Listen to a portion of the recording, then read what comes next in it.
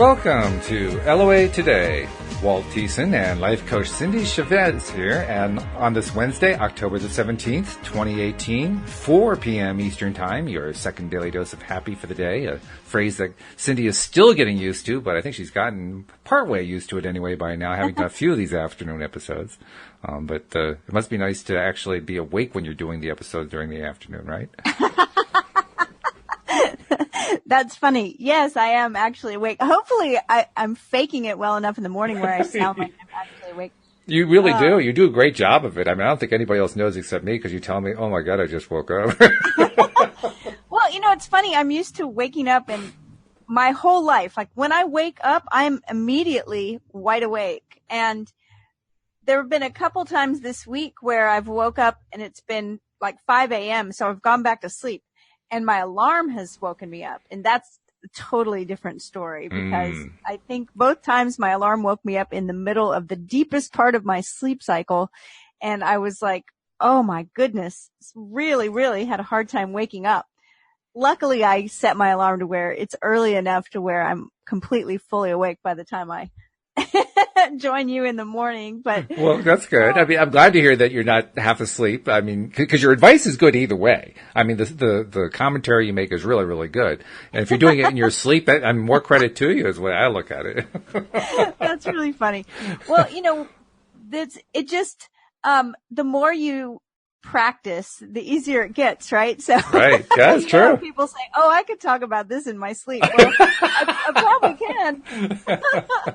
I probably can. So yeah. So no, it's good to be here in the afternoon. It's kind of like I have a practice of certain things that I do at the end of my day that sort of mark the end of my day in the office. Like I work on a desktop computer now, but when I worked on a laptop, that was one of the things. It's like when I was finished, I would sign out, close up, unplug. I was like done. And it was sort of like, okay, I'm not going to drift back over here and start working again. I'm right. Finished. And the fun thing about Wednesdays is that I literally start my day and end my day in the office with the LOA Today podcast. So that's a good thing. That's a really good thing. Yeah. Okay. So it's a nice way to start and end the day. That's good. And it's been raining here nonstop all day long. So you weren't going anywhere anyway. No, not really. I always say I don't mind the rain as long as I don't have to go out in it. Right. I'm not a big fan of being out. I don't like to drive in the rain. No. A lot of people don't. I don't blame you. I mean, it's not all that much fun, to be perfectly honest. But so anyway, we've been talking about the book Out of This World by Neville Goddard. And this morning's podcast made an impression on a number of people, including one of my new co-hosts, which is pretty cool. Carlos Balasquita, he's going to be joining me on Tuesdays along with Alex King, Tuesday afternoons. And he texted me that he had listened to this morning's podcast.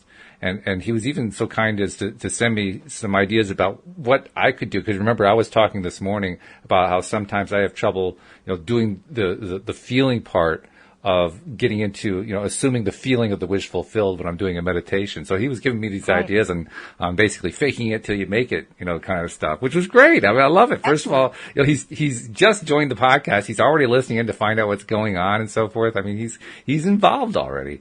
Wonderful. And he also made a point too, which was he didn't realize that, I mean, he said he's got to get a copy of the book. And I realized we didn't really announce this morning anyway, that the book is just available online. You can just go to a website that's set up for it. That's where we're accessing it.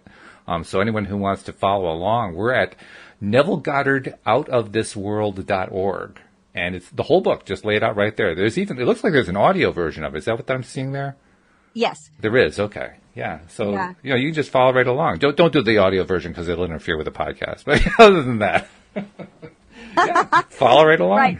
Plus, we usually take it a little bit at a time and do a lot of discussing in between the paragraphs. So exactly, follow. Yeah. Well, you were talking about tapping into the feeling, that it's an integral part of Neville Goddard's teaching, right? Assuming the feeling of the wish fulfilled. Mm-hmm.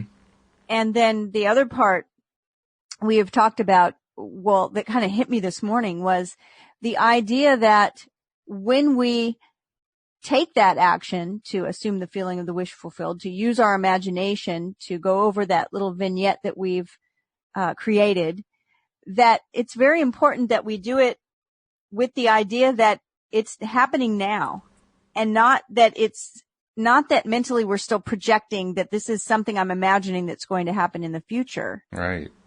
And I think that's a really fine distinction to make, because I recognize that sometimes, even though I am feeling it and I am, creating this little scenario in my imagination right now, there may be still part of me that is kind of projecting it or sensing that, okay, this is something that's in the future. Oh, yeah.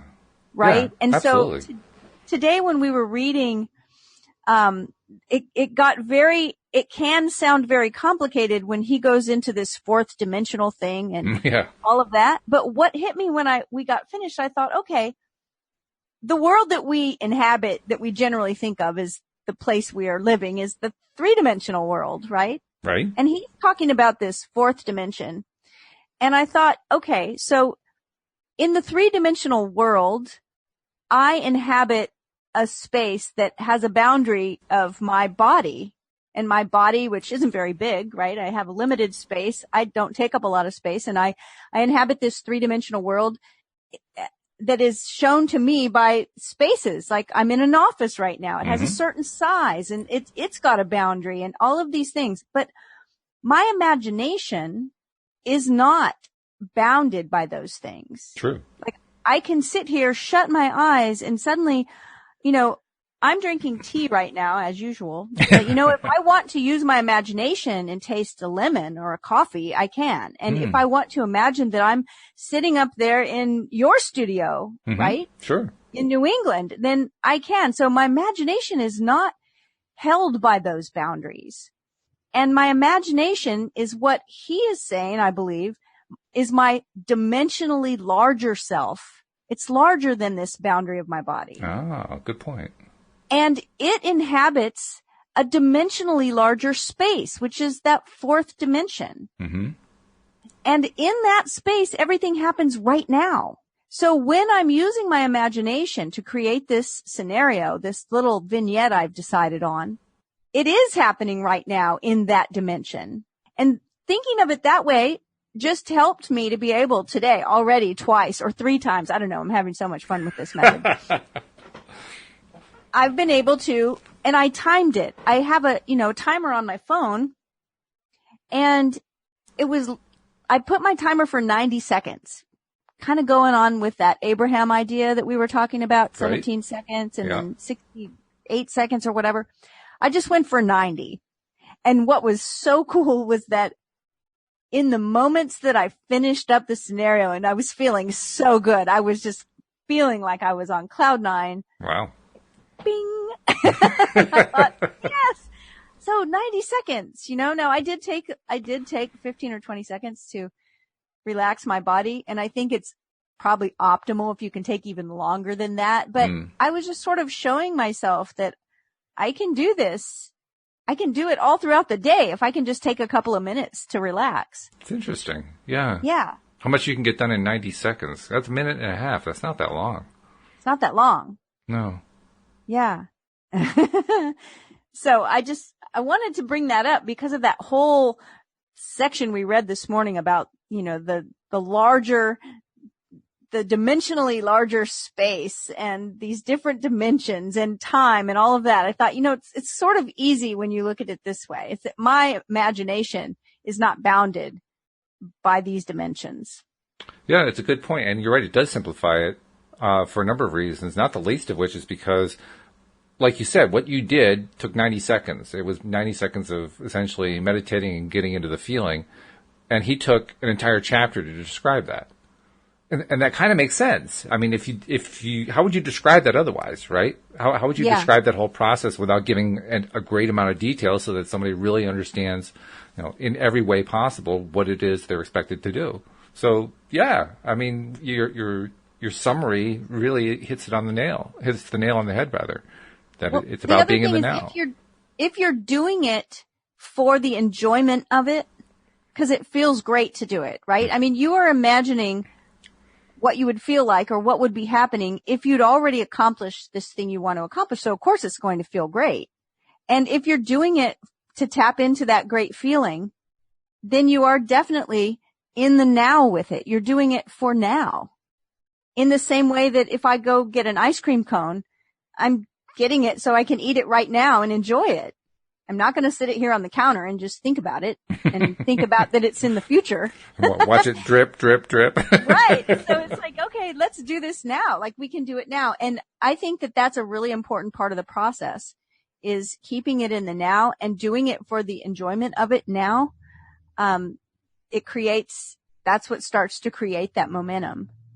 So anyway, I wanted to talk about that before we did promos, before we hopped into chapter 2. Right. Because Right. ready to go, excited about it. I can tell. Yeah, it's pretty evident. I mean, clearly afternoon podcasts agree with you in a big way. Mm-hmm. So, yeah, let's get the promos done. First of all, as everyone knows, our primary promo is subscription. If you're not yet a subscriber, please do become one. I've been watching the numbers lately, Cindie, and it varies from day to day because, you never know who's tuning in on any one day. But typically somewhere between 20 and 33% of the people listening on any given day are not subscribers. And they're the ones we're trying to reach with this particular promo. We're trying to urge all of them. Become a subscriber because you don't just have to get just this one episode. You can get all the episodes coming right to your phone every single time that we record them automatically. And then you just go to your podcast app, open it up, and play them whenever you want to play them, whenever you need to get a little daily dose of happy.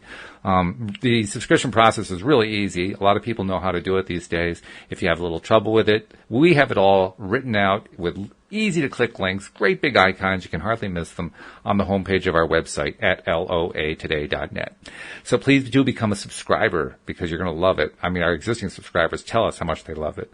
Who was it who tweeted you yesterday, Cindie, about how he was a binge listener? He was one of the well-cited binge listeners that we have, which is pretty cool. Right. I love that we have people that are binge listening. Exactly. And it's a great way to do it, especially when we are covering a book and we're kind of going through it right. From episode to episode, right? Just like take it all in. Exactly, yeah. And then we also want to remind people who are already subscribers, both new subscribers and long-time existing subscribers, to please keep posting on your favorite social media site something about loatoday.net. Just include that phrase, loatoday.net. It is working in a big way to help us increase our numbers, and we really appreciate all of you who've been doing it, and we ask you to keep doing it.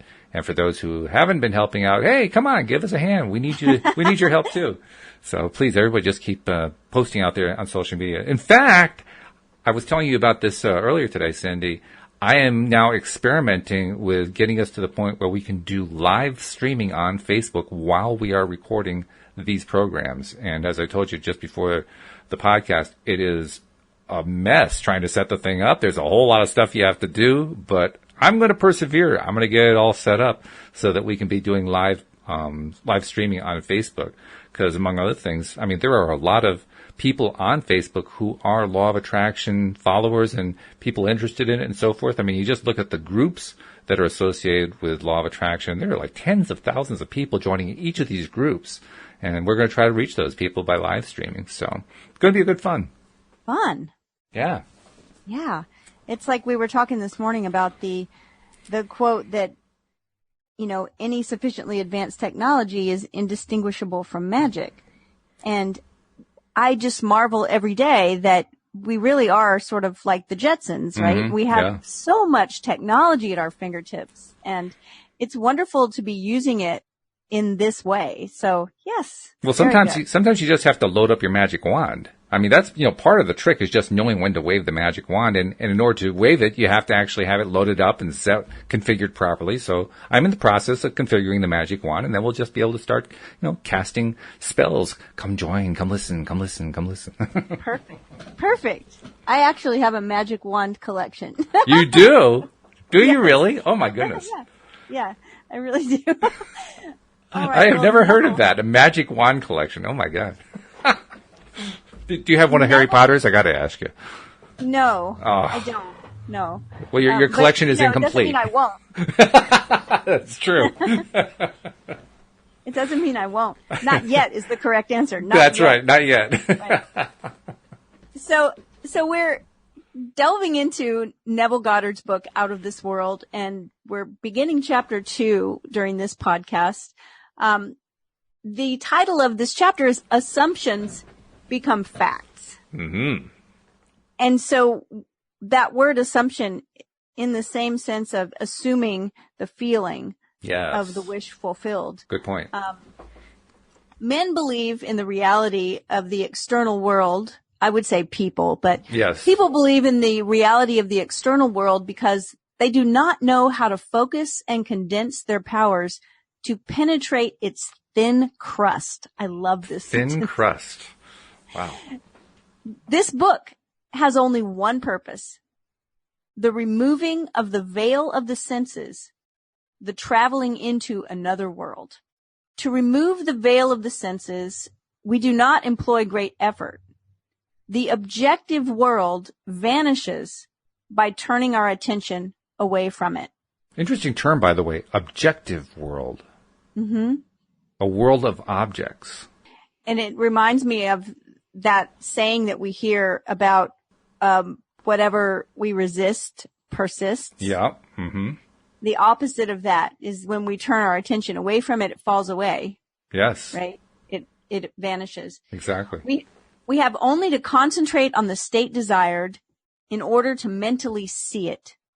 But to give it reality so that it will become an objective fact, we must focus attention upon the invisible state until it has the feeling of reality.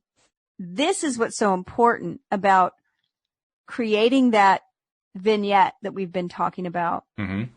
and then practicing it over and over. I've been practicing a particular little vignette for, I don't know, a few days, several times a day when I fall asleep at night. It's just gotten so crystal clear. Nice. And all of the feelings are coming into very sharp focus with it. So it's, interesting that the beginning of this sentence says, we have only to concentrate on the state desired in order to mentally see it. But I think most people stop right there, right? They're like, oh yeah, I'm focusing on it. I'm visioning it. And they're but done. He goes That's what you're suggesting. They figure once they've gotten to that point, they figure they're done. Yeah.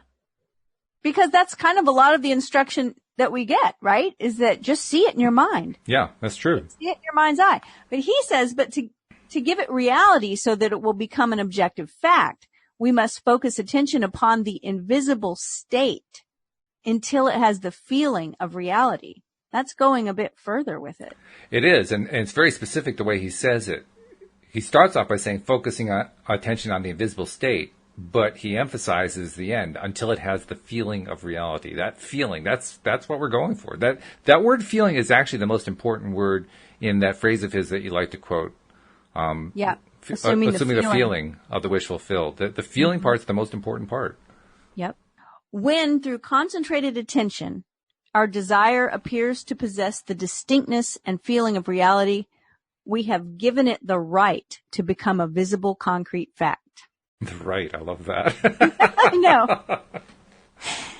If it is difficult to control the direction of your attention while in a state akin to sleep, you may find gazing fixedly into an object very helpful. Huh. Do not look at its surface, but into and beyond any plane object, such as a wall, a carpet, or any other object which possesses depth. Do you know what he's talking about there? Have you tried that? Well, you know what it reminded me of of course, I have a crystal ball on my desk, and it kind of reminded me of that. Ah, okay, yeah. But I don't think that's what he's saying. I don't think so. Not a wall or a carpet, anyway, unless it's a crystal carpet. Do you remember those things that used to be in the newspaper, and I think they were in books, and I'm trying to think of they look all weird, and you have to relax your eyes, and then it'll make a picture. Do you know yeah. I can't remember what they're called, but I know what you mean. It's called a magic something. Yeah. You do know a magic eye? I can't remember. They used to be in our newspaper, in the Sunday paper, and they would be in color, and they just look like static, all kinds of different. Yeah. If you allowed your eyes to relax and sort of look through the picture instead of looking at it, suddenly it would shift, and you could see it was a picture of something. And that's what it reminds me of. It's a way of sort of, you're sort of almost losing focus. I mean, physically with your eye, not mentally with your imagination, but you're sort of looking at he says a wall or a carpet or any object, kind of just letting your eyes not focus. I've never tried this because I don't have trouble with closing my eyes and imagining, but it may be a good thing. He goes on to give a direction about that. He says, arrange it to return as little reflection as possible.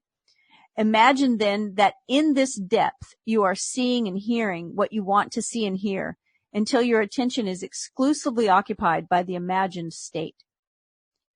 At the end of your meditation, when you awake from your controlled waking dream, you'll feel as though you returned from a great distance. Now, I often have that sense when I am done with a meditation, but I've never tried this, just controlling the direction of my gaze by looking at a surface, because to me, that's like meditating with your eyes open, and I'm not sure if I'm really great at that. So well, actually, you may have to try it and report back, Walt. Well, he said specifically you don't look at the surface. You're trying to look through the object, which is where your idea about the magic eye thing. Mm-hmm. And by the way, that is what it's called. I looked it up. But that magic eye is about looking through it, which I've never been able to do successfully, by the way. I don't know about you. I look at them and all I see is noise. But yeah, I'm one of the minority, I guess, because I guess a lot of people can see stuff.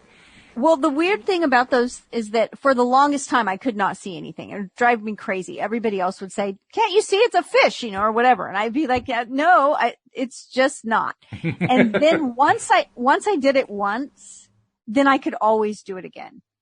Like, what do you think made the difference? I mean, why were you able to see it one time or not see it one time and then see it the next time? Why do you think that is? I think at some point I did exactly what we're talking about here. I relaxed my eyes enough to it's kind of like a spaced out kind of feeling where suddenly I wasn't trying to see anything. When you look at something and you squint, or you're really trying to see a fine detail and you're kind of laser focusing with your eyes in on that little spot. I wasn't doing that at all. I just it was almost like I was looking at the entire picture at once. Kind of like people who know how to speed read say, oh, I'd look at the whole page at once. I can see all the words at once. I don't go word by word by word. It was sort of like that. I just would relax and look at the whole thing. And once I understood what I was doing to be able to see it, I never had a problem with it after that. Okay. So I don't know. I may try this, but I don't seem to have any problem with imagining otherwise. So I don't know if it's useful for me, but it may be useful for somebody listening. Maybe. I don't know. The visible world, which you had shut out, returns to consciousness, and by its very presence informs you that you have been self-deceived into believing that the object of your contemplation was real. So it's like, welcome back. Yes. Right? Welcome back. You still have the same job and the same bank account and the same everything. Okay, I love this though. But if you know that consciousness is the one and only reality, you will remain faithful to your vision. And by this sustained mental attitude, confirm your gift of reality and prove that you have the power to give reality to your desires, that they may become visible, concrete facts. That's one of the keys here. So elaborate on that. What do you mean? Well, what I mean, and this has helped me so much to think of it the way we were speaking of earlier about a larger dimensional space. Like when I am imagining, I am in that space. And whatever I am imagining is actually happening there. And it happens there first. And then if I stay with it, if I continue my practice, those things will become hardened fact and present themselves in my 3D reality. And so when I'm there imagining and I'm meditating, and then I finish and I come back to the world, come back into the 3D world where things are what they are, mm-hmm. I have one of two choices. I can say, well, here I am, and see, those things are just an imagination and they're not real. Or I can understand, no, that is actually the one and only reality. And I know what I just experienced. I assumed the feeling of the wish fulfilled. I could feel it. It was as real to me as ever. And it's going to harden into fact. Okay. So I'm proving at that point that I'm faithful to my vision. Because it sounds to me like you're also proving to yourself that for a moment you convince yourself that what we call the real world isn't real and the other world is the real one. And then you snap back to the real world and says, oh yeah, I'm back in the real world again. Well, I mean, I think that's exactly what he's saying in this sentence before, right? He says the visible world, which you had shut out, returns to consciousness and by its very presence informs you. In other words, this reality here, I'm making air quotes, right, or scare quotes. The reality says, haha, you were just lying to yourself, just an imagination. And that's our cue to make a stand, to say, no, I actually do believe that what I'm doing in that dimensionally larger space where my imagination is working is that I am creating reality. And there's that time buffer that Abraham Hicks talks about. Mm-hmm. Okay. So the reference to self-deceived was kind of like a tease, a way of saying we all know that when we try this stuff, at some point we say, yeah, I'm really faking it. I know the real world is real. But eventually what you're saying here is if you stick with it and you're really focusing on that other world, that imaginary world that you've created, you begin to believe it is at least as true, if not more true, than the, quote, real world. Right. And remember we were talking about that a few podcasts ago.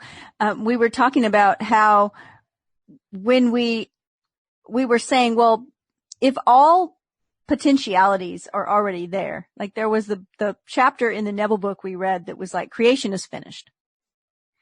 And we said, well, if creation is finished, if every reality is actually already in existence in some place, in some parallel universe. Right. Well, then why do we say we're creating?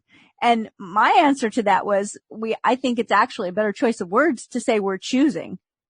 True. Yes. And I think that this is the choice right here, that we can either choose to stay where we are and believe that this is the only reality there is, or we can choose to believe that what we're doing in that dimensionally larger space with our imagination is actually having an effect on our physical world, and that there's a little time gap there. So that's my choice. I choose that. Mm-hmm. Okay. All right.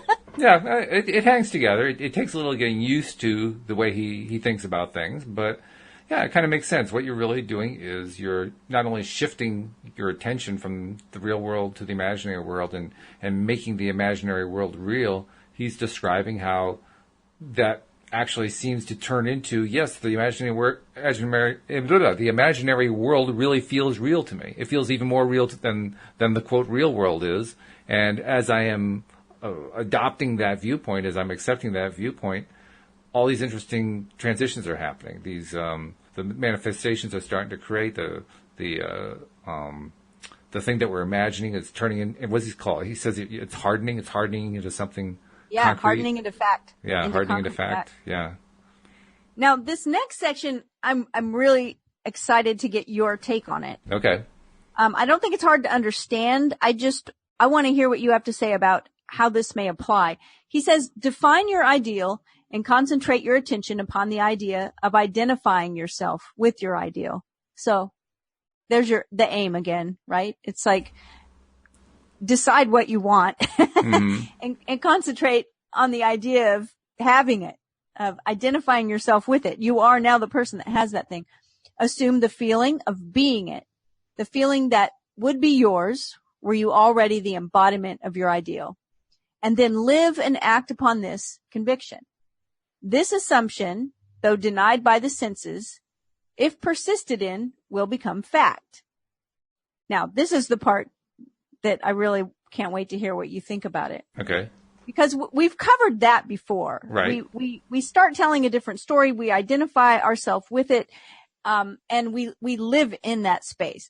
Then he says, you will know when you have succeeded in fixing the desired state in consciousness by simply looking mentally at the people you know. In dialogues with yourself, you are less inhibited and more sincere than in actual conversations with others.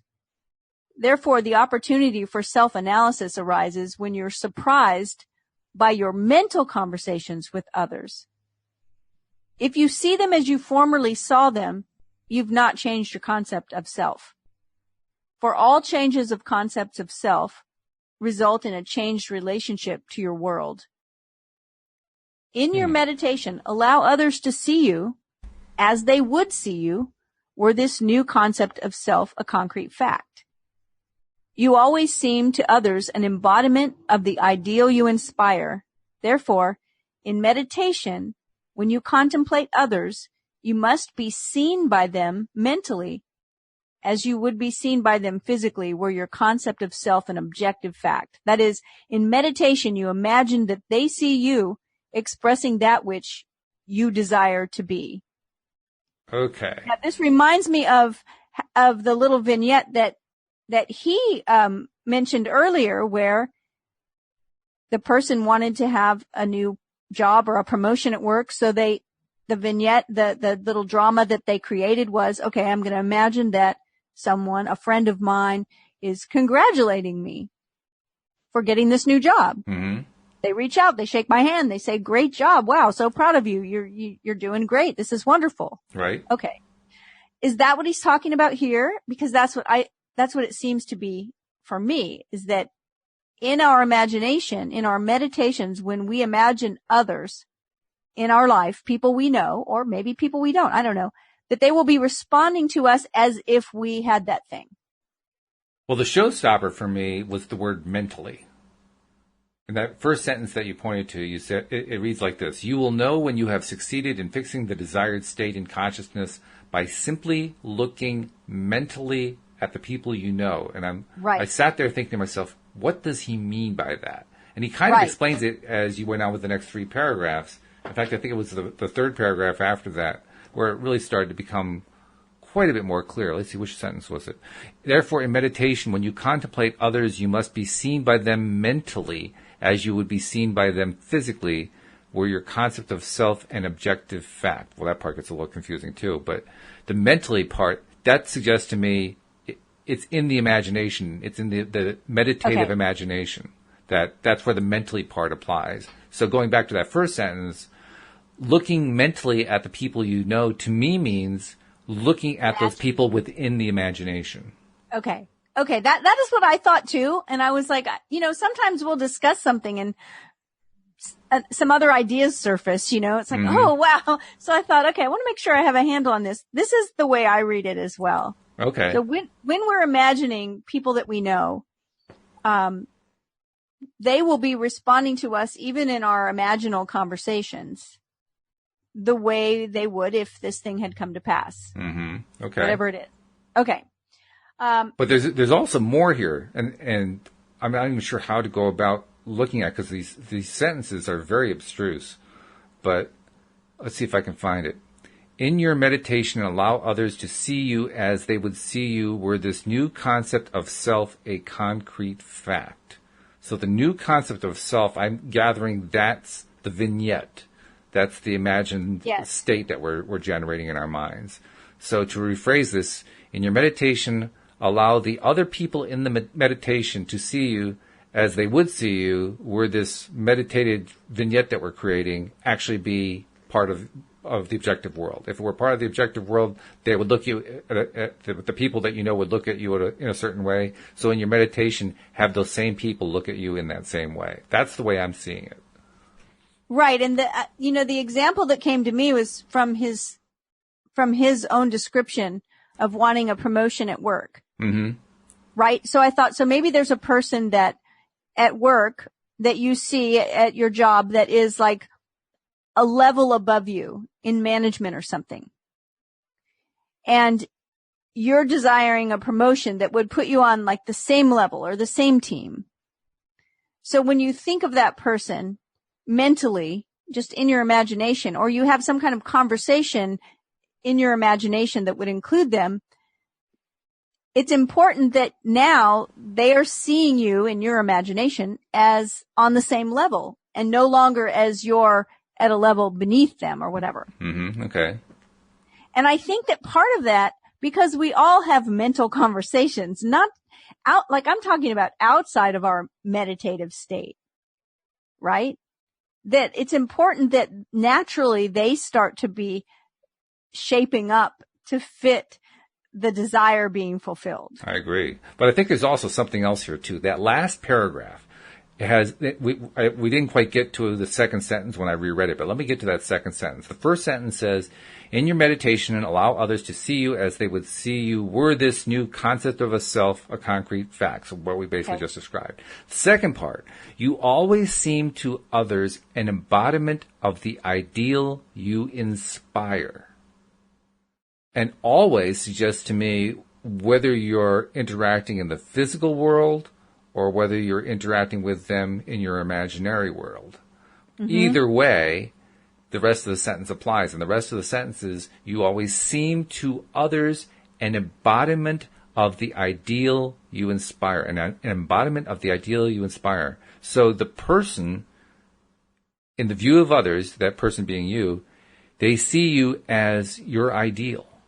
That's what he's saying there. And I don't quite get why he's talking about your ideal, unless he is saying in some way this vignette that you're creating of this thing that you want to come into your life, that is the ideal he's referring to. That's the only way I can connect it. I mean, do you see it another way? No, I see it two different ways. One way I see it, and I would word it a little different, but you always seem to others an embodiment of the ideal you inspire. It's like others see you in the light that is that story that we tell about ourselves. Okay.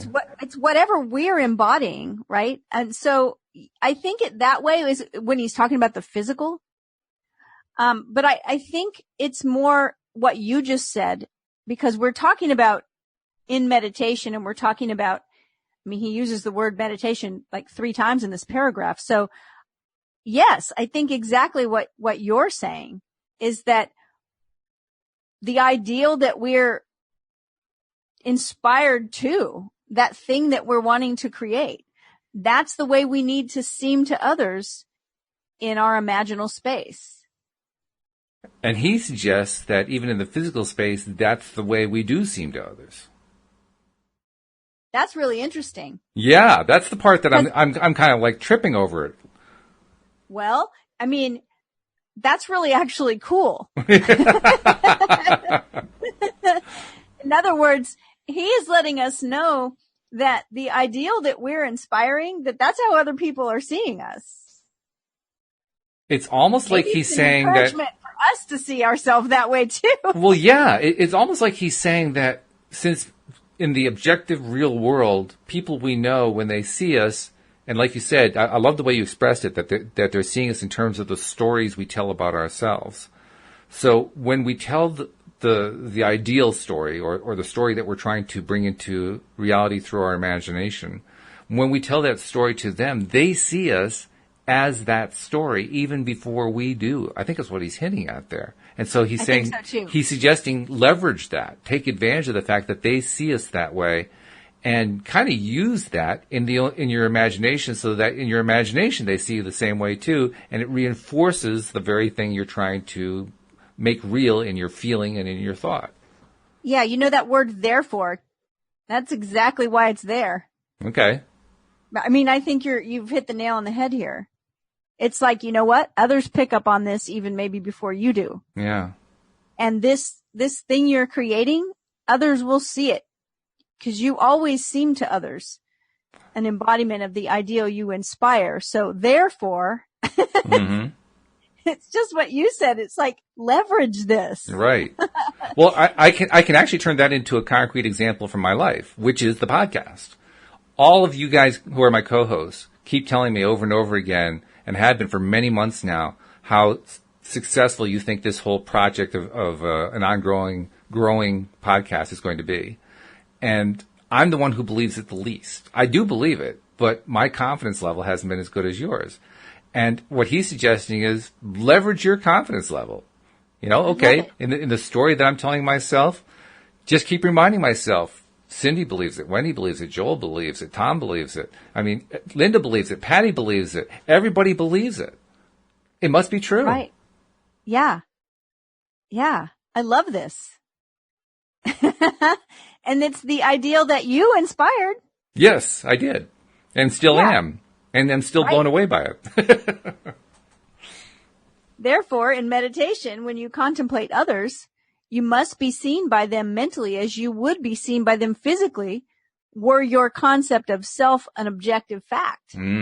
Yeah, it's starting to make more sense. Yep. Boy, I'm glad you brought your decoder ring because that took a while. But that is, in meditation, you imagine that they see you expressing that which you desire to be. So in your meditation, you imagine that we see you as the developer of an amazingly successful LOA podcast. Right. Yeah, and we do. Mm-hmm. So that should help in your imagination that you see us seeing you that way, right? Well, it's a good reminder, too, because I don't always remember that. You know, at times when I'm trying to visualize getting us to 10,000 listeners per episode, which is definitely where I want us to get to soon, I don't always remember that you guys feel that way about it. So it's a good point. I mean, when I'm doing my imaginations, I should be imagining each of you guys, reinforcing that and seeing in a clear way, maybe more clearly than I am, that has already happened. And that is the now right now. What's interesting about that too is, and it's not, I don't see this as a like fake it till you make it kind of thing, right? No, not at all. In other words, like whatever it is that I aspire to, it really does build my confidence to think or to know or to imagine that my friends, that other people I'm connected with, that they see that in me. Mm-hmm. Yeah. And that there's a power in that. That's really the power of the placebo. The placebo is believing somebody else who you think is in some way an authority on the subject that doing X will make you feel better or heal you or help you to succeed or whatever it is. That's the placebo effect. And that really isn't fake it till you make it. That's simply believing in what somebody else is telling you. Yeah. So if you assume that you are what you want to be, your desire is fulfilled. Yeah. And in fulfillment, all longing is neutralized. You cannot continue desiring what you have already realized. Your desire is not something you labor to fulfill. It is recognizing something you already possess. It is assuming the feeling of being that which you desire to be. Believing and being are one. And this kind of goes back to what we spoke of earlier, that we're not actually creating as much as we're choosing. So if we've made that choice to choose that thing, we're not going to continue to desire it because we've chosen it. And you cannot continue desiring what you've already realized. The conceiver and his conception are one. Therefore, that which you conceive yourself to be can never be so far off as even to be near, for nearness implies separation. It's not even near. It is here. It is you. Well, you are one with whatever you're conceiving to be. That's part of the now principle, really. Yeah, exactly. Yes to that. If thou canst believe, all things are possible to him that believeth. Being is the substance of things hoped, the evidence of things not seen. He changed that one up. That's usually translated as faith is the substance of things hoped for, the evidence of things not seen. He says being is the substance. I like his version. See, this is where it's really helpful to have a biblical scholar holding the Neville Goddard decoder ring. It makes a real big difference. If you assume that you are what you want to be, then you will see others as they are related to your assumption. If, however, it is the good of others that you desire, then in meditation you must represent them to yourself as already being that which you desire them to be. Remember when we were reading, I think we were back in Money and the Law of Attraction, if I remember correctly, and there was a bit in there about about how you can help someone else. Yeah. And it said, you know if your thoughts are helping someone by how you feel when you think of them. Mm-hmm. if you feel good when you're thinking about them or if you don't. And I thought, oh my gosh, like people that are in my life that I really want something better for them than what I see. How am I picturing them? Am I feeling sorry for them? Am I worrying for them? Or am I seeing them right here? What he says is as already achieving that thing. If it's the good of others you desire, then in meditation, you must represent them to yourself as already being that which you desire them to be. Already seeing their success, already seeing their healing and their health and their prosperity and their happiness and whatever, right? Yeah. Yeah, it's true. It is through desire that you rise above your present sphere, and the road from longing to fulfillment is shortened as you experience in imagination what you would experience in the flesh, were you already the embodiment of the ideal you desire to be. Now, I like this part. The road from longing to fulfillment is shortened. Yeah. And that's what we want, right? And it's shortened in a very specific way. Right? It's shortened through, as he says, it is through the desire that you rise above your present sphere, and the road from longing to fulfillment is shortened as you experience in imagination what you would experience in the flesh, where you already the embodiment of the ideal you desire to be. So the activity, I think, is what he's saying. The activity of desiring that you rise above your present sphere. The road from longing to fulfillment is shortened because you're doing that. Right. Because you're feeling it, because you're experiencing it, because you're a part of it. And like you said, you're doing it now. You're not projecting it in the future. You're not worrying about what happened in the past. You're not wondering if it's going to be okay that you included somebody else in your manifestation attempt or anything like that. You're simply just there. You're right there. And I have to say that since I've been doing this particular way and recognizing the now of it, I am so energized and I am feeling so great. It's definitely made a difference. Wow. And it's made a difference in my expectation of pretty much everything. Like I don't have the things that I started, through desire on this track. I don't have, it's like they're here already. I'm not longing for them. Like I'm excited. Good. Yeah, it's amazing. Because that's the part that often really trips a lot of people up. I know it trips me up because I still get locked in. I can feel the desire going on, right? And I think that actually is one of the reasons I do have the most trouble, or that is one of the times I have the most trouble assuming the feeling.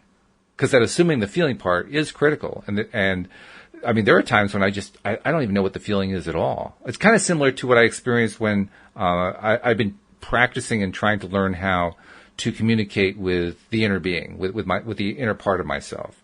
And Wendy Dillard at one point made a really good point. She pointed out that I really am in communication if I can just remember that every time I put a thought to myself and it feels really, really good inside, that the answer is yes. And if it doesn't feel really good inside, the answer is no. And I forget that. But nevertheless, it is an indication I'm getting communication. I tend to think like, I want to hear words in my head in some way, right? Is this the right way to go? Yes, no, try this instead. But instead, the messages that I can count on and always interpret correctly is, if I put it inside, how does it feel? If it feels good, the answer is positive. If it doesn't feel good, the answer is negative. And that makes it a much easier way to deal with it. Well, we aren't talking about a communication thing of positive and negative when we're talking about getting into the feeling of it and getting into the feel of it right now, in the now. But when we focus on it in terms of things like including other people into the imagination and having some idea of how they would respond to this story that we're telling in the process of creating this little vignette, and we have a good idea of how they would behave and what they would say, and would they be smiling? Would they be shaking our hands? Would they be patting us on the back? Would they be stabbing us in the back? What would they be doing? Whatever it is, that actually helps to create the scene. And the more you create the scene, the feeling does start to come through. I guess I'm saying this because I recognize that there are many times when I can't get to that feeling, but those times when the feeling does come through are the times when I have enough detail that seems concrete to me, even though it's in my imagination, that for a brief instant, all of that feeling pops in. That's why I think it's so important and so awesome, actually, that this method is about creating a small little vignette, a small scene. You know, it's like if you were a screenwriter and you were writing this scene, it would just be a couple of sentences. Yeah, right. It would be, you meet a friend who congratulates you for your new job. And thank goodness, because even that alone is enough work to create that. Try to create something larger, it's going to become overwhelming. So thank goodness it's small. Well, I think the fact that it's small allows you to, sort of like when you're trying to memorize a line or a verse or a quote. Mm-hmm. If it's pages long, it's difficult. Yeah. But if it's just a few words, like an affirmation, you can memorize it to the point where you can say it over and over. This is like a 3D affirmation, right? Because we're 3D affirmation. Acting it out. It's not just words. We're acting it out in our imagination. We're shaking that person's hand or whatever it is. And when we do that little action over and over and over, the feeling will come.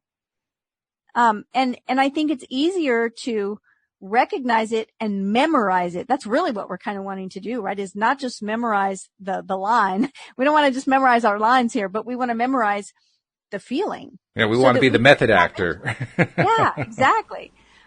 Let's see. So he says, I've stated that man has at every moment of time the choice before him which of several futures he will encounter. But the question arises, how is that possible when the experiences of man, awake in the three-dimensional world, are predetermined? As his observation of an event before it occurs implies.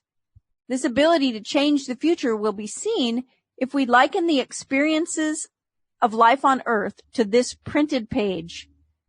Man experiences events on Earth singly and successively in the same way that you are now experiencing the words of this page.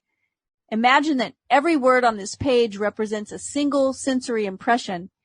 To get the context, to understand my meaning, you focus your vision of the first word in the upper left-hand corner and then move your focus across the page from left to right, letting it fall on the words singly and successively. By the time your eyes read the last word on the page, you've extracted my meaning. Suppose, however, on looking at the page with all the printed words thereon equally present, you decide to rearrange them. You could, by rearranging them, tell an entirely different story. In fact, you could tell many different stories. A dream is nothing more than uncontrolled four-dimensional thinking, or the rearrangement of both past and future sensory impressions. Man seldom dreams of events in the order in which he experiences them while awake. He usually dreams of two or more events which are separated in time, fused into a single sensory impression, or in his dream, he so completely rearranges his single waking sensory impressions that he does not recognize them when he encounters them in his waking state. Now, this is interesting. He says, for example, I dreamed that I delivered a package to the restaurant in my apartment building. The hostess said to me, "You can't leave that there," whereupon the elevator operator gave me a few letters, and as I thanked him for them, he in turn thanked me. And at this point, the night elevator operator appeared and waved a greeting to me. The following day, as I left my apartment, I picked up a few letters, which had been placed at my door. On my way down, I gave the day elevator operator a tip and thanked him for taking care of my mail, whereupon he thanked me for the tip. On my return home that day, I overheard a doorman say to a delivery man, "You can't leave that there." And as I was about to take the elevator up to my apartment, I was attracted by a familiar face in the restaurant, and as I looked in, the hostess greeted me with a smile. Late that night, I escorted my dinner guests to the elevator, and as I said goodbye to them, the night operator waved goodbye to me. By simply rearranging a few of the single sensory impressions I was destined to encounter, and by fusing two or more of them into single sensory impressions, I constructed a dream which differed quite a bit from my waking experience. When we've learned to control the movements of our attention in the four-dimensional world, we shall be able to consciously create circumstances in the three-dimensional world. How did you like that analogy?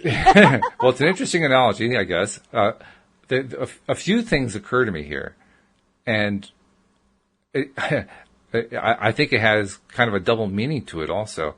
The first thing that occurs to me is that, no disrespect to Neville at all, but he's really not a very good storyteller.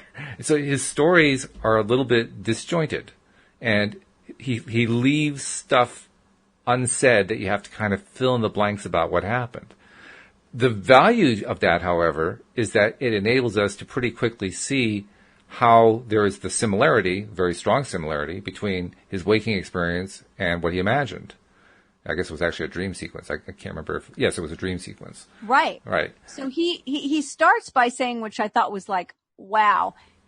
He starts by saying that a dream, and I think he's speaking of our nighttime dreams. Right, right.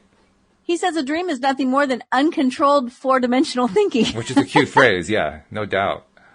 Right, so what he's encouraging us to do is, in these waking dreams, in these imaginations, is to control them. Because he's saying that the things we dream in our nighttime dreams are pieced together from past and present and future sensory, experiences we have. And so he's encouraging us to focus enough to where we can actually, like you said, tell a better story, right? Tell a good story, that we create, and have those fourth dimensional stories and imaginings come into our three-dimensional experience. It's pretty wild. It's very wild, no doubt about that. It's also a little intimidating because it sounds like he's saying rearrange it in the dream. And I've never been very good at rearranging things in my dream. My dream just kind of flows through me, and there it is. I don't feel like I have a whole lot of control over it. Well, I think he is using the nighttime dream just as an example, saying that what he wants us to do is to be able to construct it in our waking dream. In other words, not the nighttime dream, but the imaginal place that we go to when we meditate. Okay, you think that's what he's saying. All right. And then once we can arrange those things, then we will have learned to control the movements of our attention. Okay. Well, yeah, that's true. Because if you do take the elements of the dream and rearrange them, that is a direct control, especially if it plays out that way.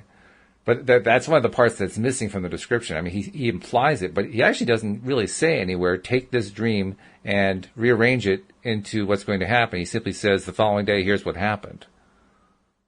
Right. So he says, when we've learned to control the movements of our attention in the four-dimensional world, we'll be able to consciously create circumstances in the three-dimensional world. Mm-hmm. Yeah, right. I was trying to read from the text, from the prose, what sequence of events he followed, and that's where I said it was disjointed. It was like there were chunks missing, and the biggest chunk that was missing was he didn't actually talk about how he rearranged that dream sequence. He just simply said it rearranged, and he didn't even say that much. He just described what it rearranged into. Yeah, I don't even think it was conscious. It may not have been. Yeah. And if it wasn't conscious, well, that's the thing though. If it wasn't conscious, then who's doing the rearranging? Exactly. Well, we want to be doing it consciously. We That's do. The point of this book. Yes, exactly. Neville's keeping us busy this week. I should say. Very busy. And I thought we'd get to the end of the chapter, but I think we're going to have to pick up. Yeah, we've completely run out of time, but we'll pick this up next week. This has been great. Thank you for doing it with me. I really appreciate it. I've had fun too. And we will see you all next time here on LOA Today. Goodbye, everybody. Bye, everyone.